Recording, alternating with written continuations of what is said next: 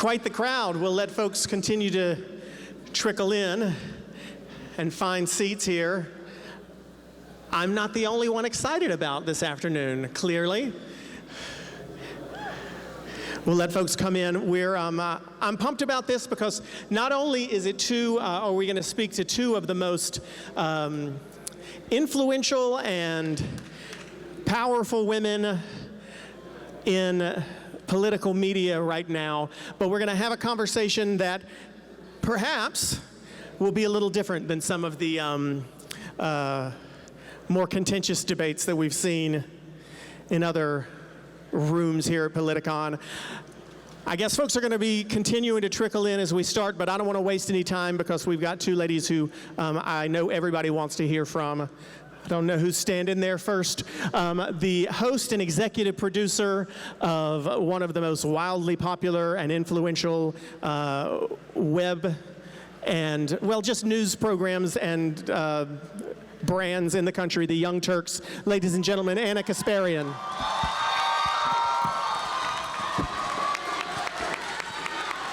TYT. Thank you. And the host of Final Thoughts and a all-around presence on Fox Nation, ladies and gentlemen, Tomi Lahren.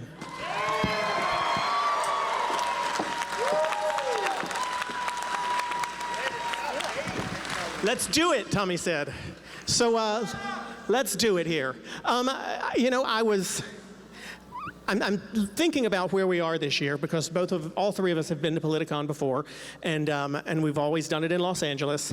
And Nashville is unique and a great place to do it, in my opinion, because it's a great example of how quickly our country can get divided. Nashville is a pretty blue area right here within the city, but you drive 10 miles and you can find incredibly differing viewpoints and opinions from far more conservative folks in Tennessee.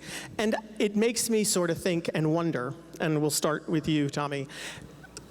Do you think that Republicans and Democrats see each other as fellow Americans anymore, or do you think that we've become tribal to a point that we don't even feel like we're the same country, even though we're so close? Obviously, because of the 2016 election, we've seen the battle lines being drawn, but I think a lot of Trump supporters feel as though we've been cast out and alienated. So that's part of the problem. I don't think anybody wants division in this country, but I think for those Trump supporters out there, those conservatives out there, we've kind of been pushed to the wayside. You're a racist, you're a bigot, you're intolerant. Once we've been name-called to that extent and we've had our characters assassinated to such an extent, it's hard to repair that once you've called somebody such horrible names, once you've called people white nationalists and racist just because they support this president. Naturally, we're going to be a little bit more defensive. Do you think, Anna, Anna, I'll just let you respond to that. It's the same question to you. Yeah, so I think that it's important to kind of understand some of the dynamics that influence the agendas of politicians, Donald Trump's being one of them. So it's an age-old trick for politicians to divide and conquer. And if you go back to the campaigning that Trump did and the type of rhetoric he used and the rhetoric he relied on to garner support, it was to divide people. It was to find the boogeymen, to find foreigners that are so scary and we all need to, worry about them. The immigrants are the reason why your economic situation isn't so great. The people of color are the ones who threaten your lives with the crime. That was rhetoric that was specifically meant to divide Americans, and it worked, unfortunately. And the thing is, I think it's important for people to really take responsibility for the rhetoric that they use in the various political debates that they engage in. So while I don't believe that every single Trump supporter is a racist or a bigot, you got to understand that when you have the president referring to people who take part in a white nationalist march as very fine people, well, he's basically making excuses for individuals who are literally chanting things like, the Jews will not replace us. They ran over a counter-protester, Heather Heyer, effectively killing her. And so when you have Trump supporters lining up to defend Trump's rhetoric in cases like that, well then you have to understand why people would draw these types of conclusions about Trump supporters. It's bothersome to me, though, that Democrats... It's bothersome to me that Democrats do not call out Antifa, that they do not call out the numerous cases of conservatives being attacked. And Anna, you and I have kind of developed an unlikely camaraderie, friendship, whatever you want to call it, over the last couple of months. But when we're talking about rhetoric, let's be fair, you coined me white power Barbie a couple of years ago. And had never met me. So that's what a lot of conservatives go through, is that you never met us, you never talked to us, you look at our viewpoints, and all of a sudden you can say, I don't agree with her politics, you can say, I don't agree with what she says, I don't like the facts that she uses, I don't like her support for this president. But when you blanketly just call somebody a white power Barbie or a white nationalist because you disagree with their politics, that's going too far. That's rhetoric that's also dangerous. So I think that's a fair point, but I also think that it's important to understand what motivates that type of rhetoric, right? So look, when you are on television and you're saying things about how it's important for us to have as much access to guns as possible so we can defend ourselves against migrants at the border, that's effectively messaging to people, we should shoot migrants as they're coming to the border to seek asylum. That's actually taking that out of context. The language, look, and I think you have to understand, and you have walked back your commentary. I give you credit for that, because there are people on the right who will say things that incite violence. They will slander and defame disenfranchised groups of people. And when they do incite violence, and you do have shootings like the one that just happened in El Paso, Texas, that was motivated by an anti-immigrant, agenda, well, they won't take responsibility. I do give you credit because you have walked back your comments. But I don't go around calling every Republican white power Barbie. I don't think that every Republican is a bad person. But I do think that as public figures, as people who have individuals who see us as an inspiration, we have an obligation to make sure that our language is careful, it's measured, and I've messed up. I want to take responsibility for the times that I've messed up. But I just think that you mischaracterize groups of people in a way that's unacceptable, and it directs more violence and more hatred toward them. You get more upset about unarmed black people getting shot and killed by cops than you do about the actual victims. You support the cops. But why not support 12-year-olds like Tamir Rice? I will always support our law enforcement just simply officers. playing with a toy gun. I've given you a very long time to talk. A couple of things that you said that I want to clear up. When I said I walked back my comments that were made, I never said we need guns so that we can defend ourselves against migrants coming across the border. I said we need guns because if you're refusing to protect and defend this nation with our borders, we as the American people have to have a means to protect ourselves, because the government is not going to do it for us. And yes, I believe that's the Second Amendment. That's vigilante justice. That is That's outlawed. not vigilante justice. That's the Second Amendment. Let's talk a little bit. Let's talk a little bit about immigration. Second Amendment right. Let's talk about that immigration thing, though. I mean, I don't want to. We'll get to Second Amendment. Trust me. But I want to talk about that because you have mentioned that you want to defend the Second Amendment in part because you believe we should be able to defend ourselves against immigrants coming to the country. Against anything that threatens to harm us. Right. That's what the Second Amendment is for. Against our government. Let's talk about the immigration part of it. Against anything. Is there a specific threat? Because that's a huge threat in America. Is there a specific anything? Is there a specific threat from coming from the southern border that you believe requires Americans to take arms and go to the border with them to defend the country? I don't know if either of you have. I've been to the border several times. I've been with our ICE agents. I've spent a considerable amount of time with both groups. When they say we don't know who's coming across our border, and we see people from 78 nations in the last couple of months that have come over here, and we have a porous border, I'm not saying defend yourself because immigrants are bad. I'm saying when we don't know who's coming across our border, that is a threat to our national security. And so Democrats want to turn that into, it's anti-migrant, you don't like brown people. No, no, no. I don't like anyone coming to my country. I don't know who they are. And when you have an unenforced border, that is what happens. Right. So I'm not going to sit here and accuse you of being racist because you want a secure border. But let's talk about whether or not. I mean, why are we not able to have an immigration policy? I would argue that part of that comes from the fact that both sides are coming at each other so hard and perhaps not listening too much. Let's talk specifically about how to fix the immigration problem. I would love You to. recognize there's a problem. I can't put words in your mouth, but I think most of us recognize that immigration isn't quite working in this country the way that it should. What is the solution in your mind, Tomi? Like, how do you, not just what are the problems, but how do we fix them? Well, the first solution is to build a wall. And it's not because I'm a Trumpian. It's not because Donald Trump said it and I believe it. It's because I've spent time with the men and women of Border Patrol, and when the people that are out there on the front lines day in and day out say, if we had a physical barrier, our jobs would be much easier. We could dedicate resources other places. We need a physical barrier. And then for the Democrats to say, no, no, no, it's a manufactured crisis. The Border Patrol agents that do this for a living, they don't really know what they're talking about. Walls, we don't need walls. That's not going to solve the problem. You're completely dismissing people that do this for a living. These people are Republicans, these people are Democrats, these people, some don't care about politics, 50% Hispanic, Latino who are serving in Border Patrol, and they say, we need a barrier, we need a wall. Every single one of them I talk to. So to say that doesn't work, you're saying these people don't know what the hell they're talking about. So I think solutions are incredibly important, and I think that the left has been mischaracterized. You know, this whole notion of open borders is not something that's, you know, a widespread idea that's accepted by people on the left. But I will say that part of the problem is that we always focus on what we can do, what kind of Band-Aid we can use to solve a giant gushing wound. And so yes, there has been a migrant crisis, but we never ask, what caused this migrant crisis? Why is there so much crime, you know, in the Northern Triangle? And we have to take responsibility as Americans for our actions abroad. So let me be specific. There are multiple actions we can take to root out crime in countries like Honduras, El Salvador, and Guatemala. For instance, over 200,000 guns from the United States travel south of the border into these Central American countries, which leads to crime. These cartels, these gang members use these guns, which, by the way, are purchased legally in the United States at gun shows and things like that.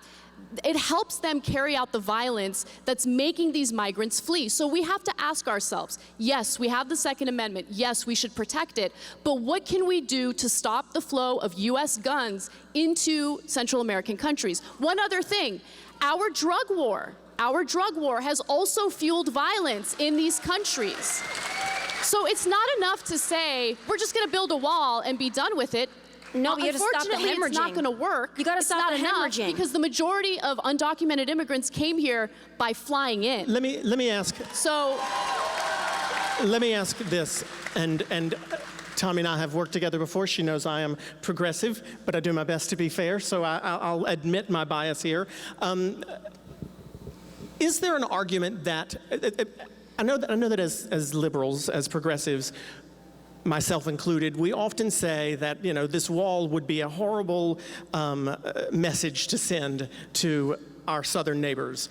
It would send a message that amounted to discrimination based on race. I mean, that ship has sailed. But if we try to extract that, let me just ask for devil's advocate's purpose, is there not a world in where both the problems that you're talking about and the problems you're talking about could not be addressed at the same time? Is it worth it for Democrats to continue to oppose the wall specifically based on that? It almost sounds as if though a wall might be a Band-Aid, arguably, but a Band-Aid in place while these other issues are addressed. Is it worth it for Democrats to continue to fight against the wall specifically, or could it be a part of a larger solution? Well, I think that Democrats and their messaging on the wall has been a failure. And the reason why I say that is because they are not doing a good job discussing the complexity of immigration and why there's a flow of migrants. Instead, they're focusing on the discrimination angle, they're focusing on the bigotry angle, and I get that. That's what gets the most attention. But in reality, like, they do need to talk about the complexities at hand, and that means talking about gun regulation. That means putting themselves out there to discuss solutions for very controversial issues that are related to immigration. I don't think that they want to do that. I agree with you on that, but I also want to address, you keep going back to the Second Amendment, and I want to make sure I understand you correctly, because what it sounds like to me, and I'm sure to a lot of conservatives that are listening, is that we should infringe upon my Second Amendment rights so that they don't go to other countries south of our border, and then that makes them come to our country illegally.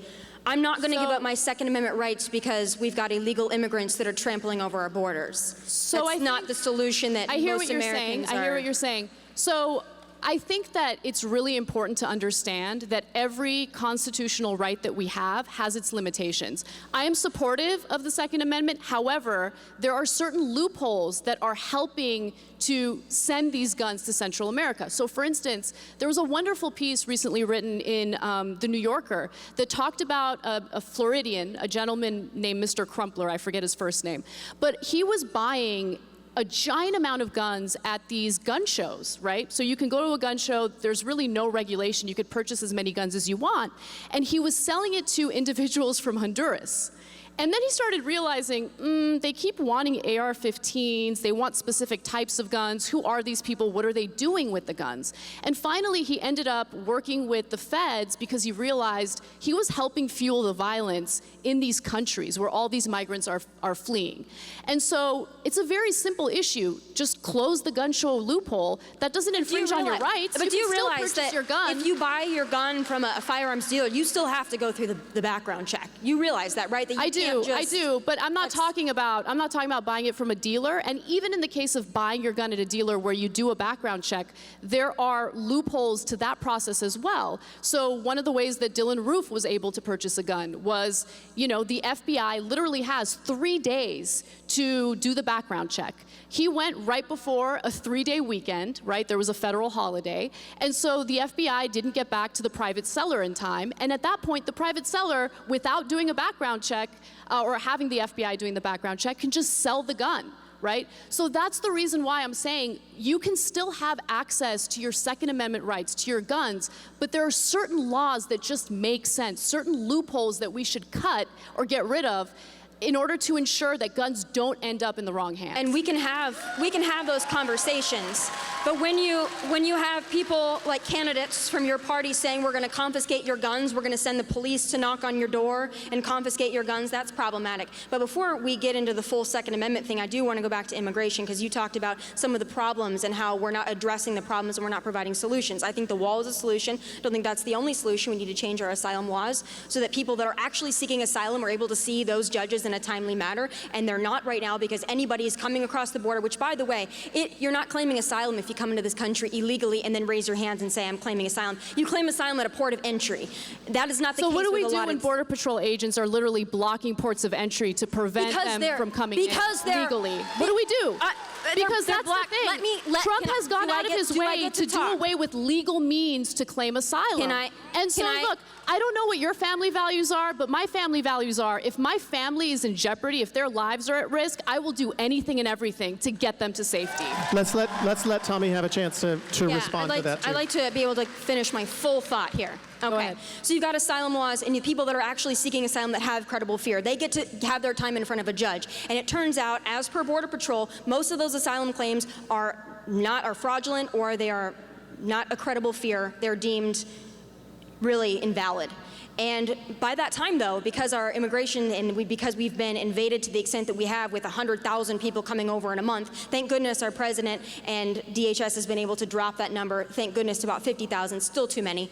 But they wait 2 to 5 years to go to their court date. By that time, they have already escaped into the shadows of this nation. They've already had children. They are now essentially living in the shadows as an illegal immigrant. That is a problem. People that actually have credible fear, they are pushed to the back of the line. And when you say that our president is closing a port of entry, I went to San Diego and to that San Ysidro port. I know, but your anecdotal evidence means nothing. You need to let me talk. What means, what we need to focus on is the wide. Let me actually talk for a second. Hold on, let me talk for 1 second, because I'm going to ask you. Go ahead. To finish my thought on the border. I'm going to ask you a question that'll allow you to finish it. I'm going to allow you to finish it, but let me ask you this way, because I want to I'm finish running my it. point on San Ysidro. Okay, Can I go finish ahead, that? go ahead. I'll Finish let your you finish thought. your point on San Ysidro, but It's then I just want the you to ask. filibustering is making it I difficult. want you to answer the question that will give you an opportunity to do it.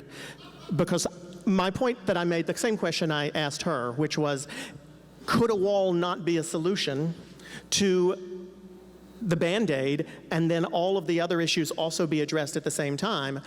I want to give you a chance to answer about San Ysidro and talk about ports of entry, but I want to ask you if it's not possible to be making, is the Trump administration or people on the Republican side losing the ability to win their argument because they won't accept that some of the issues that the left is feels need to be addressed. You feel the ports of entry need to be addressed. If she would agree to that, would then you agree that we need to worry about crime in making crime in Honduras and El Salvador? I would like to discuss that. First of all, I want to talk about San Ysidro because what I'm saying is not anecdotal evidence. That port was closed for 5 hours because migrants during the invasion rushed it and they had to close it because it was That a was national their reaction security after it was risk. closed. But Trump closed it, and that's how they reacted. 5 hours, Border Patrol had to close it. I've been there. I stood there where these wonderful people were throwing rocks at our Border Patrol agents, and then they were all physically ramming a fence to knock it down. And then they stormed the port. And then it had to be closed for 5 hours, costing both sides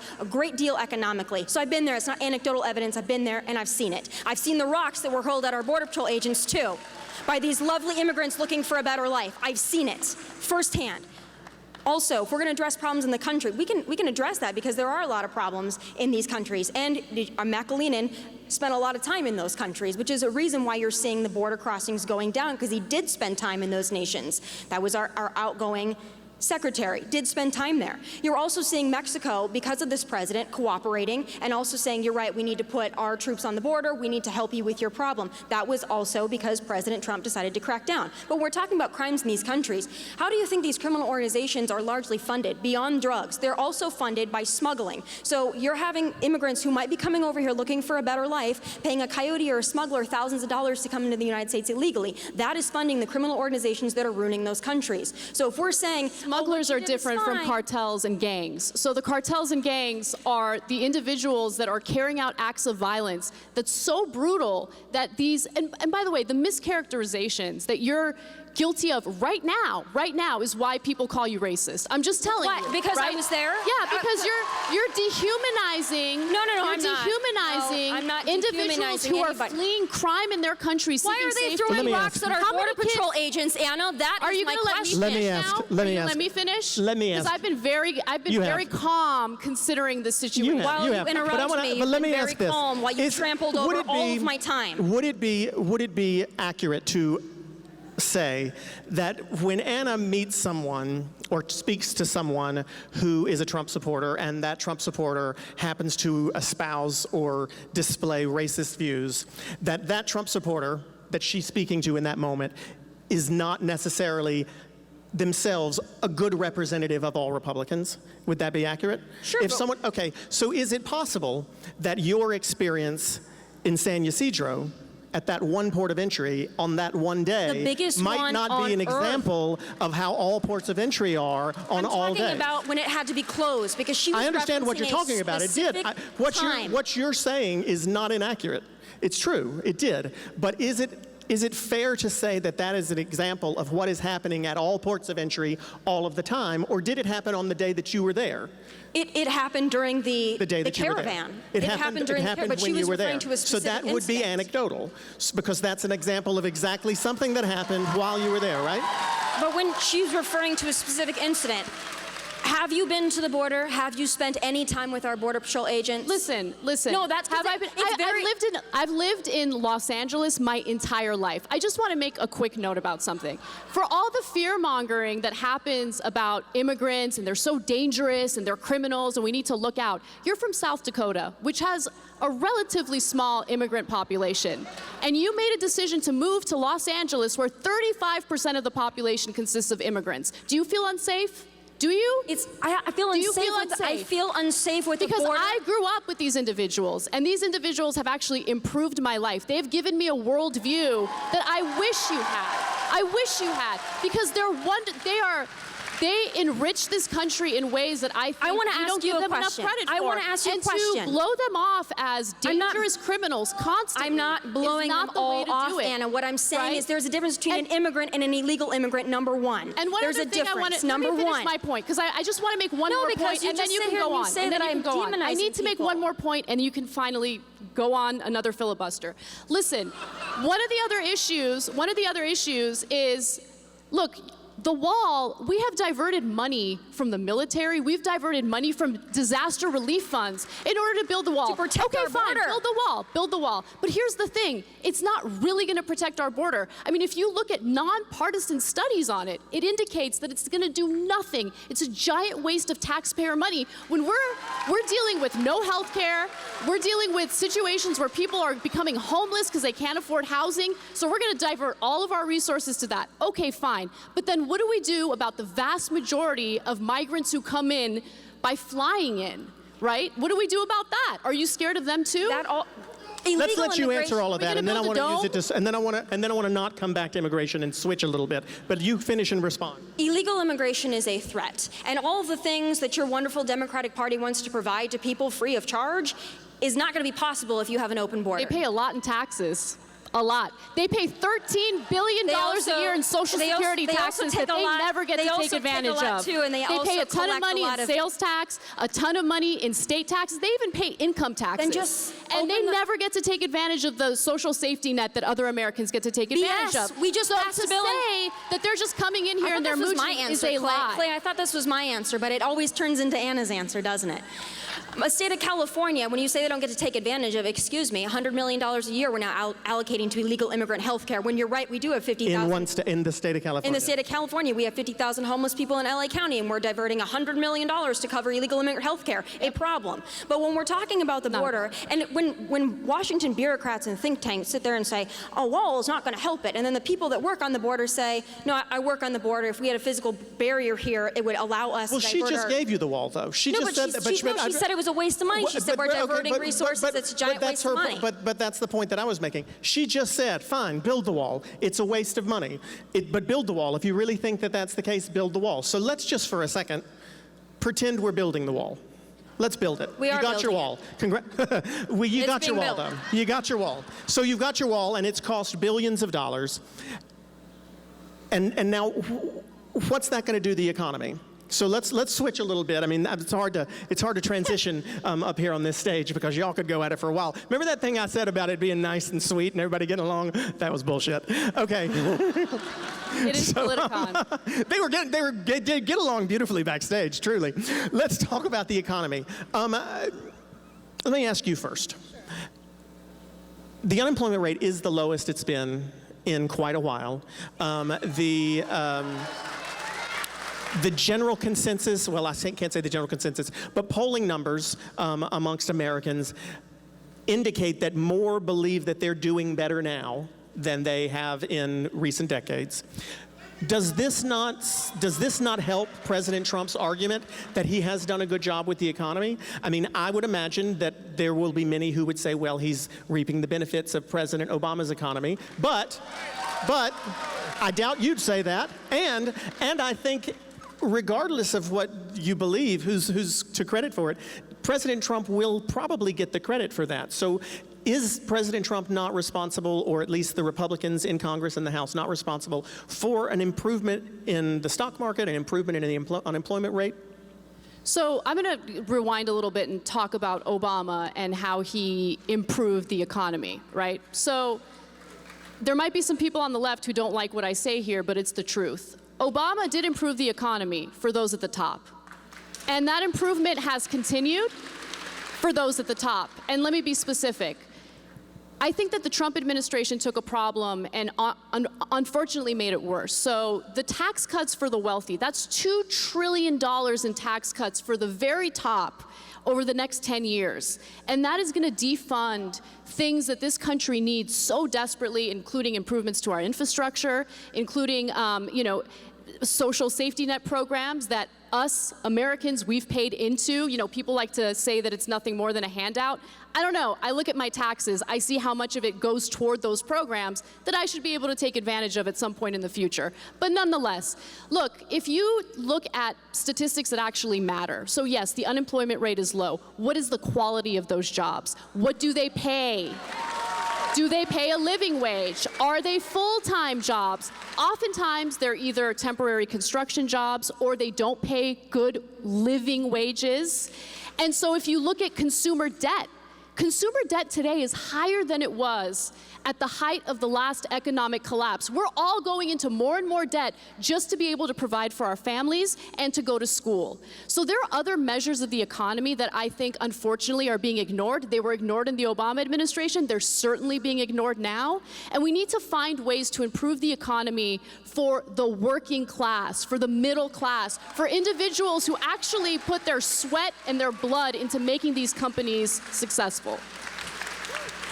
So I will agree with you in part on Obama's economy not being as great as the Democrats like to romanticize about it. But at the end of the day, the American people are doing well under this president. The unemployment rate is down, workforce participation is up, median household incomes is also up. It's gone up about $5,000. And that is crumbs to Nancy Pelosi, but it's not to average Americans. Under the Bush years, it was up $400. Under the Obama years, it was up $1,000. So being that it's up $5,000 under President Trump, it is an improvement for families, and that's raising wages. So when the Democrats and you say, no, people are actually struggling, they actually are not. The incomes actually are going up. As much as people want to see, nobody's ever seeing their income go as much as they would like to have it see. But under this president, it is going up.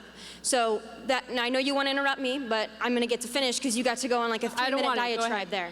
So yes, the unemployment rate is down, workforce participation is up. We also have a president that is addressing a trade issue right now that both sides are wary about, but he's actually stepping up to address it, which many have put off because it's not politically usually favorable to address a trade war, or to engage in a trade war, to do what's necessary to get nations like China to play fair, or at least meet us in the middle, have somewhat of a level playing field. This president is doing this. He's addressing these head on. And for the Democrats, when I see him on the stage to say everyone's doing horribly under this economy, it's just not true. As Clay mentioned, the American people are doing well under this economy, which is pretty great for a president. They said that they would collapse us into another recession.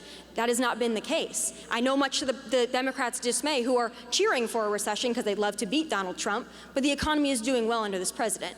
What exactly is it that he's... Wait, can I please answer that or respond to that? I apologize. So, you know, one of the things that I'm concerned about, and this is genuine concern, one measure that individuals look at in order to gauge our economic success is the stock market. And one of the things that people don't realize is that these stock prices are a house of cards, because after Trump gave these massive tax cuts to the wealthy, to these corporations, I mean, the corporate tax rate used to be 35%. He lowered it to 21%, but when you consider the effective corporate tax rate, it's much lower. That's why companies like Amazon, the most profitable corporation in America, got away with paying 0 in taxes last year. So what do they do with the money that they save from those tax cuts? Do they create jobs? Well, you would think, yeah, right? That's what we keep hearing Republicans say. But in reality, they bought shares of their own stocks, corporate stock buybacks. And so those stock prices are not based on consumers stimulating the economy. They're based on corporate CEOs and executives buying shares of their own stock and artificially inflating the value. It's based on a house of cards, and we should be worried about that bubble right now. Are you able to rebut the argument that the tax cuts that were passed by President Trump and the Republican Senate and House were effective in improving the lives of the middle class? It was a tax cut for 80% of Americans, so yes. And I know that that's something the Democrats don't like to talk about. But tax cuts help us. Tax cuts put people back. Let's be respectful, We've done really guys. well without booing so far, so let's not start that crap. When people boo a tax cut, it's amazing to me. You're welcome to pay more. But well, let me ask you about that. You're welcome to. Well, let me ask you No about one's that. making you send that check. You can send it yourself. You can donate your entire income to the government. Listen, if you start heckling them, I'm going to let them heckle you back, so don't heckle them.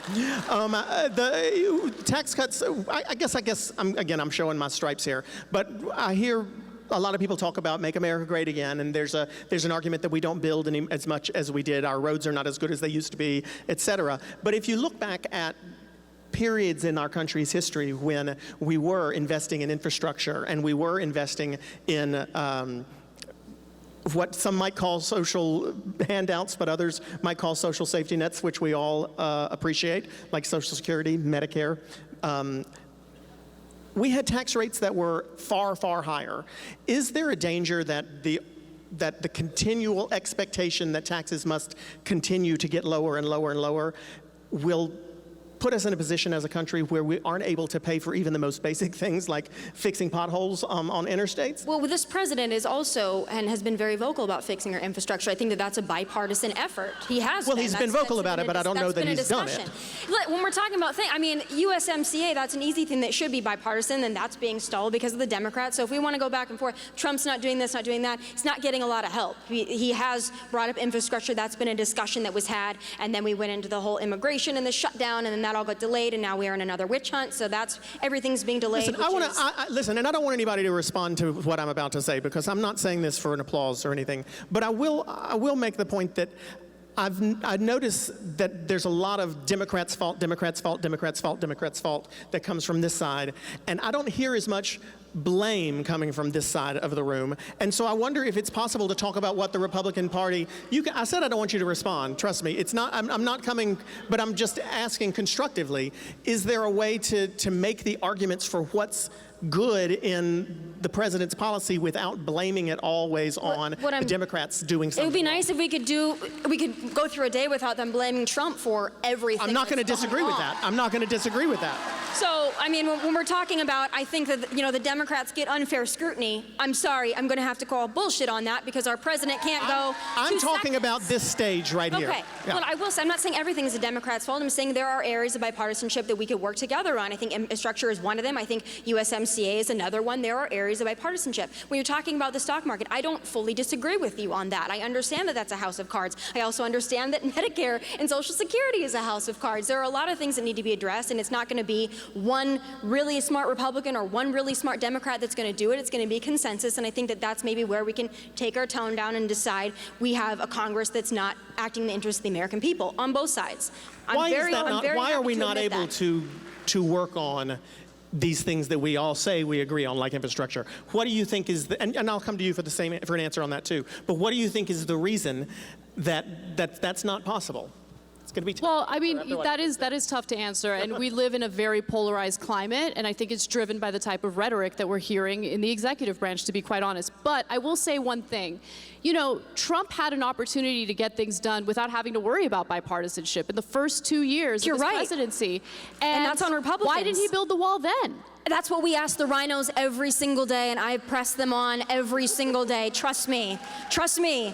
I'm with you on that one. If we can agree on something, is that I'm not happy with a lot of the establishment Republicans. So then maybe it's either. not just Democrats' fault right now still. No, it's absolutely not. There's a lot of Republicans who are going to have hell to pay. I've never been someone who's just been a cheerleader. Like the sky is going to open up. We agreed on something up here on the stage. I've never been a cheerleader for the establishment Republicans. What is an establishment Republican? What does that mean? Because the Democrats say it too. Establishment Democrats, especially when we're in this primary, establishment Republicans. It just sounds to me, as if I'm trying to be nonpartisan, it just sounds to me like Republicans don't like anyone who's not far enough right for them, and Democrats don't like anyone who's not far enough left for them. So what does establishment mean?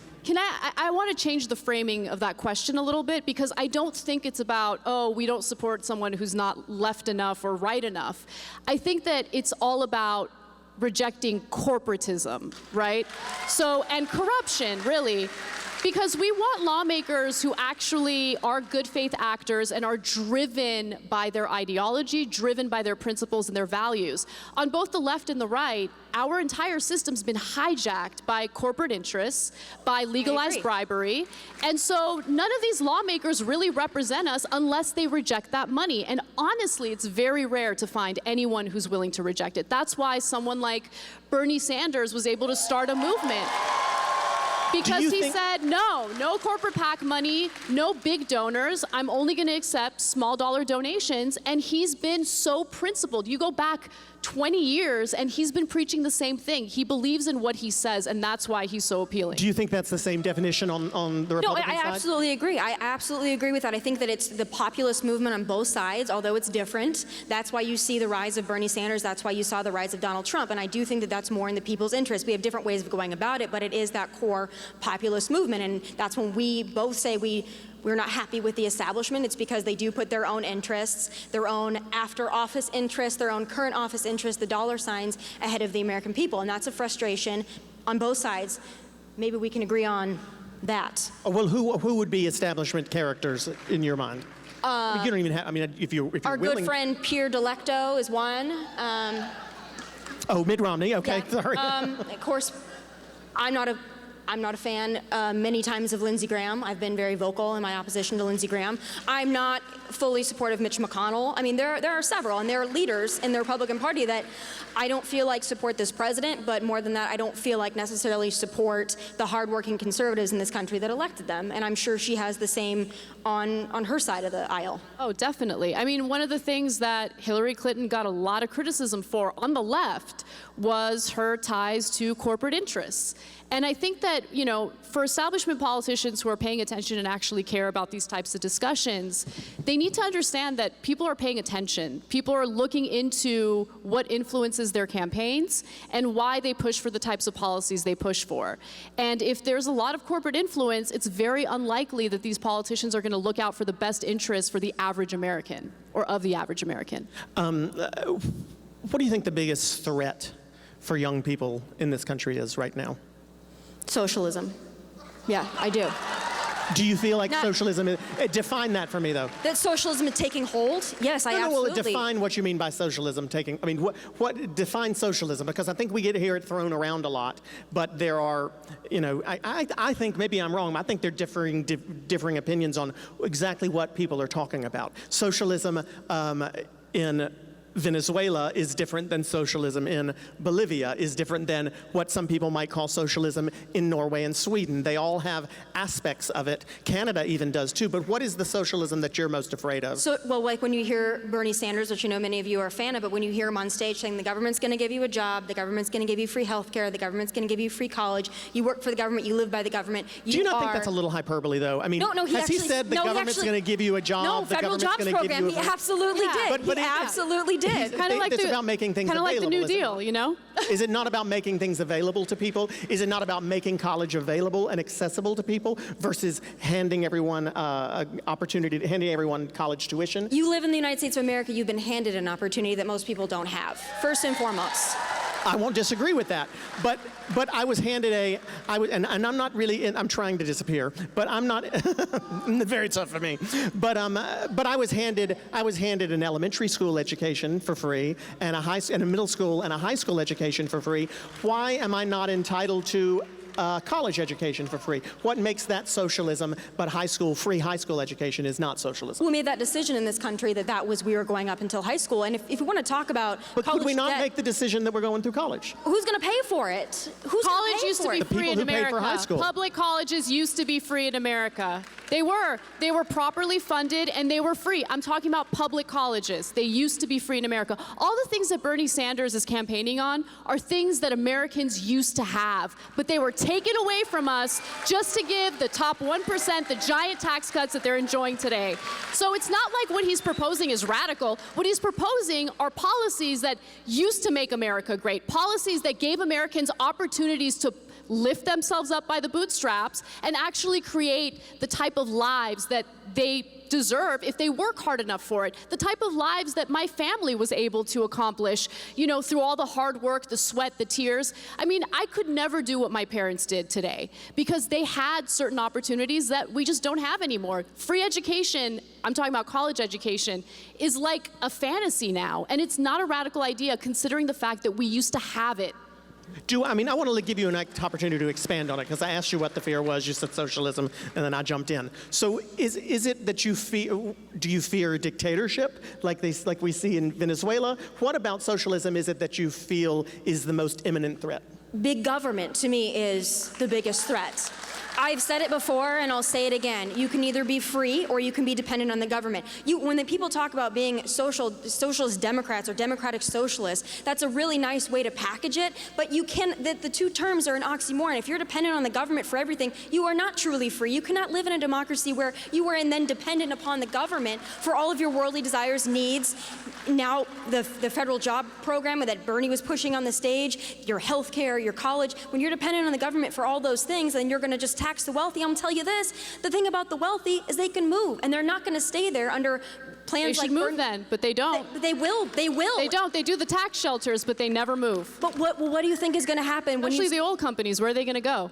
Well, right now, what we're seeing happening in California is a microcosm of what's going to happen in the rest of this country if we allow big government to take over. You're seeing companies leave California for that reason. You're seeing people leave California for that reason. Overtaxed, overregulated, government is too big. That's why they're taking Toyota to Texas. That's why they're fleeing. So I want to give you an example of big government. I want to get your thoughts on it, because this is something the government does. And when I say government, it means all of us as US taxpayers, right? So we fund the research and development for all these massive corporations. Our tax dollars fund the research and development of pharmaceutical drugs. Then those companies, of course, turn around and they price gouge us, right? We help fund the research and development for massive corporations like Google, right? So big government, I know it sounds real scary, but we're the government. We as US taxpayers, we're the ones who create these successful corporations. And all I'm saying is that we deserve something in return. And unfortunately, we've gotten the complete opposite. And I'm just tired of these talking points because, look, I think big government is a problem when they're telling me what I can do with my body. I think big government is a problem when they tell us who we can and can't marry or what type of sex we're allowed to have, which was actually a thing back in the day. That's big government. But when it comes to social services that we've paid into, we deserve to get something back. But how's that working out? How are those things we've paid into working out? Well, they're severely underfunded, just so we can give the wealthy massive tax cuts. What I'm asking is if your solution to everything, and I don't know if it's yours, but it certainly is Elizabeth Warren and Bernie Sanders, their solution to everything is tax the wealthy, tax the wealthy. If those wealthy folks leave, or they do put their money elsewhere, in whatever creative way you can fantasize about in your mind, and we don't have that money, then who pays for all these social programs? Who is going to get pinched? Well, I can give you the answer because we live in California and we know it's the middle class that gets pinched. In California, you've got the very, very wealthy that can afford it, and you've got the homeless. And then you've got the middle who are fleeing to the Inland Empire, they're fleeing to Phoenix, they're fleeing to Dallas, Texas. They're fleeing because they can't afford it. They can't. Right. They're the ones that are getting squeezed. There's a lot going on in California, and I don't know if this one debate gives us enough time to cover it, but there is severe corruption in California. There's an issue with foreign investment in real estate in California, which artificially inflates the property values and leads to homelessness in California. You have real estate developers who are running amok, and that's part of the corruption. I mean, we unfortunately don't have time to get into all of that, but the idea that wealthy people are going to flee, that these corporations are going to flee, I mean, we still subsidize oil companies to the tune of hundreds of millions of dollars every year. Where are they going to go? The oil is here. You know, like that's an example. One other example is the top marginal tax rate in the United States used to be 91%. They didn't leave. Okay, so if you want to leave, have at it. But I think that if you're living in this country and you've taken advantage of the opportunities that this country has given you, you're not allowed to shut the door behind you.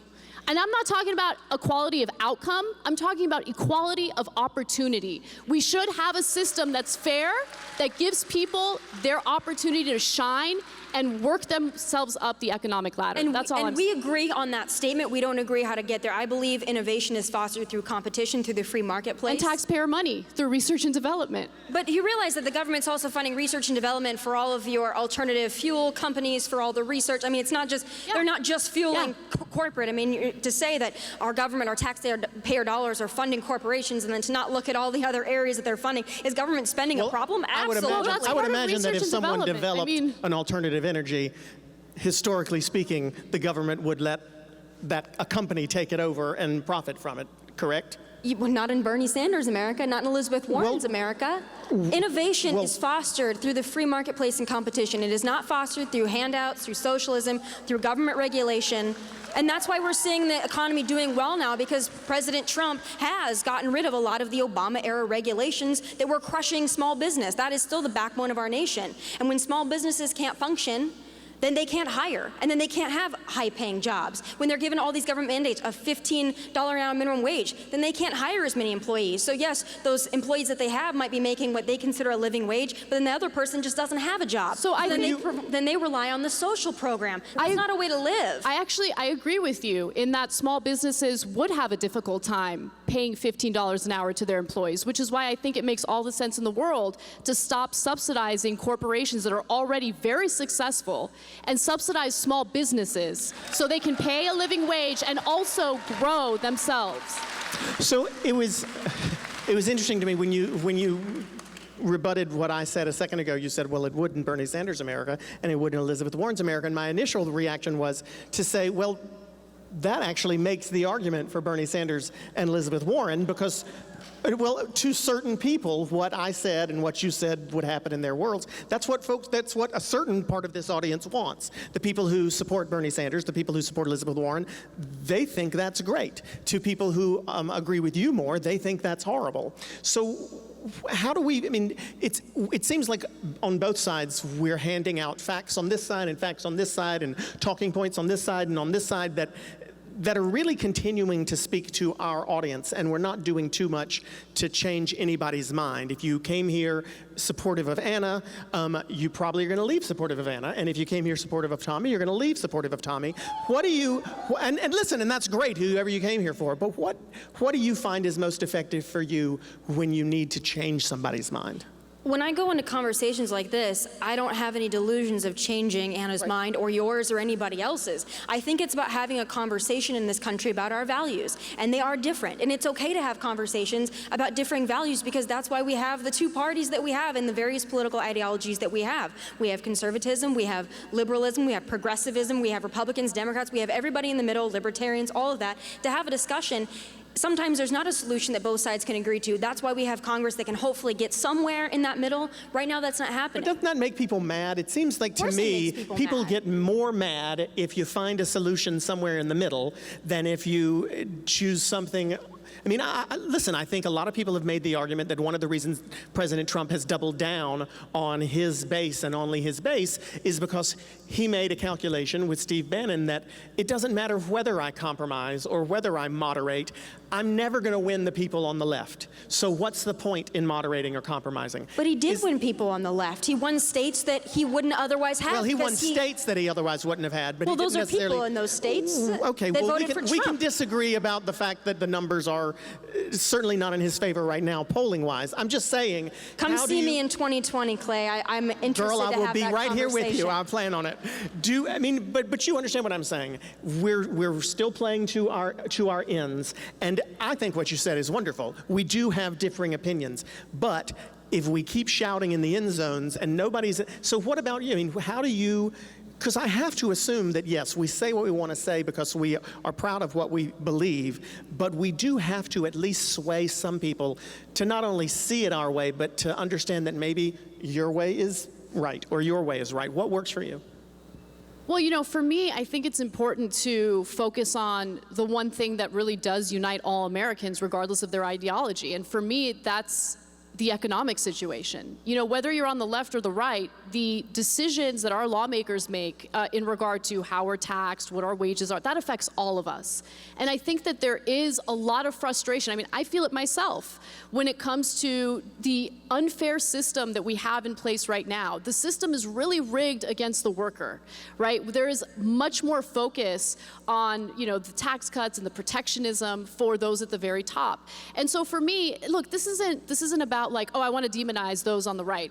This is about, hey, how do we find solutions so Americans can prosper? And this whole thing about education, I just want everyone to understand that it's not about giving people handouts. It's about making this country stronger. If you want innovation, the best way to do it is give people access to education. And when I use the word access, I'm not talking about the way corporate Democrats use access in regard to healthcare. I mean genuinely giving people free public college, so if they have some intellectual curiosity, if they have a passion, they can actually move forward and pursue that. And unfortunately, all those opportunities have been shut down. I want to have a discussion about how we can open those opportunities up again and create a stronger country. Do you ever get scared when you share your opinion that, do you ever get physically afraid? Are you worried? I mean, are you worried? Tell me about that. As you're talking about politics, it's so polarizing. People say some nasty things. Does it worry you? You know, to be honest, I'm more concerned about my family than I am about myself. The threats are very specific. The doxing is terrifying. And, you know, if something happens to me, that would be terrible. But if something happened to members of my family, it would be far worse. And so, you know, my nieces and my nephews are my life. And I want to share them with my fans, and I want to share pictures and celebrate their birthdays publicly, and I can't do that out of fear that someone's actually going to carry out an act of violence and hurt them. So yeah, the fear is real, and I think that this political climate has made me extremely paranoid, and I wish I weren't that way. Do you get scared? I mean, I know you got your gun, girl, so I ain't worried about you there. But do you not get worried? You're very polarizing, of course, and you speak very strongly about your opinions. Do you get worried at all? Well, I've had things actually happen to me, so it's not a worry, it's actually a reality for me. But yes, at the end of the day, it is, but I would feel horribly if I sat on a stage next to someone like you and you, who I watched on TV. I won't say how old I was. Please but don't. To say that, you know, I'm a victim, yes, sometimes I have been a victim, but I get to do, in my opinion, the greatest job I could have ever hoped to have. So yes, I get flack, I get backlash. My family, I've been doxxed, my family's been doxxed, I've had death threats, I've had things thrown at me, but I still sit here and feel incredibly blessed that I get to do this, because there are so many people who don't get to do what we get to do and live their dreams like we get to live them. So I will take all of those bumps and bruises, I will take the heckling, I will take the name calling, because quite frankly, I'm very blessed that I just get to do this in general. And I think both, I'm not going to speak for both of you, I'll let you do it yourself, but I think both of you and most of the people who you work with and that you work with recognize that the folks who are doing what you're doing are doing it because you have a passion for this country, and you have a passion for this country, and you have wildly divergent views, but both still want for America the best, for America to be the best that she can be.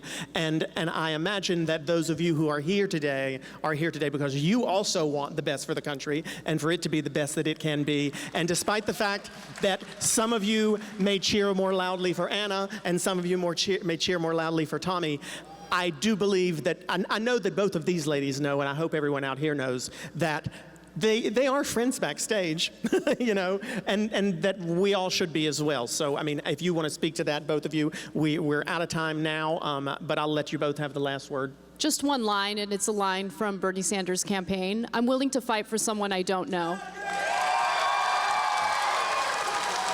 Yeah.